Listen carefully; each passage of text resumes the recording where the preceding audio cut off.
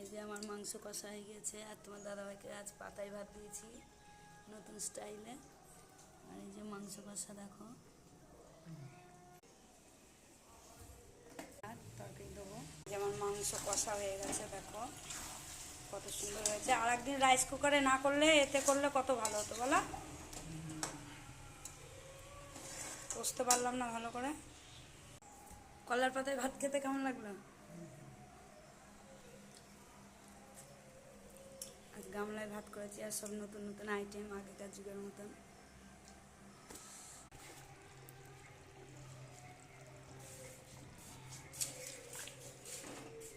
এই যে আমার রান্না হয়ে গেছে বন্ধুরা, কমপ্লিট।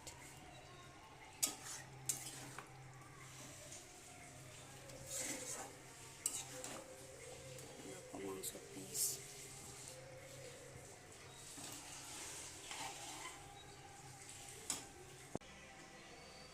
তো বন্ধুরা, কালকে আমরা দিদির বাড়ি যাবো। পরশুদিনকে দিদির অ্যানিভার্সারি আছে, দিদিকে তো বন্ধুরা কালকে আমার দিদির বাড়ি যাব। আর পরশুদিনকে দিদির অ্যানিভার্সারি, দিদিকে জানাইনি, দিদিকে সারপ্রাইজ দেবো যে। আর আমরা সবাই মিলে হেভি আনন্দ করব, সবাই আসবে, আমার দিদির মেয়ে, মারা, বৌদি টৌদি সবাই আসবে, খুব আনন্দ হবে। 24 বছর পূর্ণ হয়ে 25-এ পড়বে, ওর জন্য আমরা সবাই ভাবলাম যে সবাই মিলে একটু পার্টি করব। তো দেখা যাক কী করা হয়। তো খুব এনজয় করব, তোমরা দেখতে থাকো।